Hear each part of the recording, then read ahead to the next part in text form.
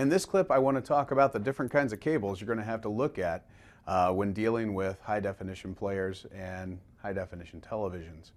Now, the first kind of cable you're going to run across is pretty standard. You're probably used to it. This is the coax cable. The coax cable is just the threaded end on a single cable, and that's where all the video and audio comes from. And it's probably what you're used to if you have cable in your house. Just plug the coax cable into that little screw knob on the back of your set, and you're ready to go. Problem is, everything comes through there, so it's not necessarily the best image unless you have a digital signal coming through from the cable company.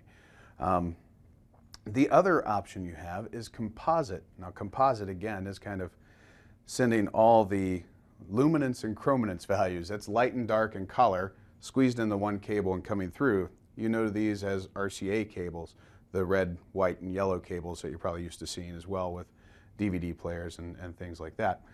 The yellow cable is generally used for video, the red and the white's used for audio, but the big secret is they're just cables and a wire, and you can kind of switch them up if you'd like to. The next option you have is S-video.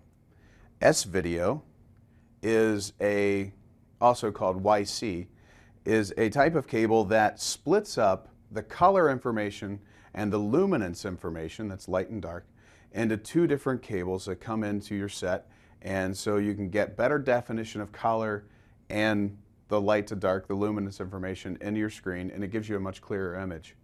And then third is the kind of granddaddy of analog cables anyway, and that's component. Component is the red, green, and blue cables you might be used to. It kind of looks like the RCA cable, and which is the type of connector on the end of it.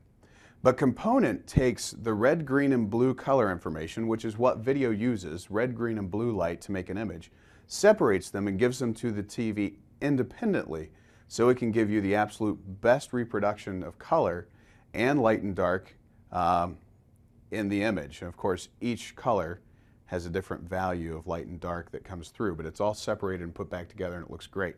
The problem is, S-video and component, neither one carry audio, so you're going to have to use RCA cables, the red and whites, to carry your stereo audio, or something like a digital audio signal to a receiver or something like that.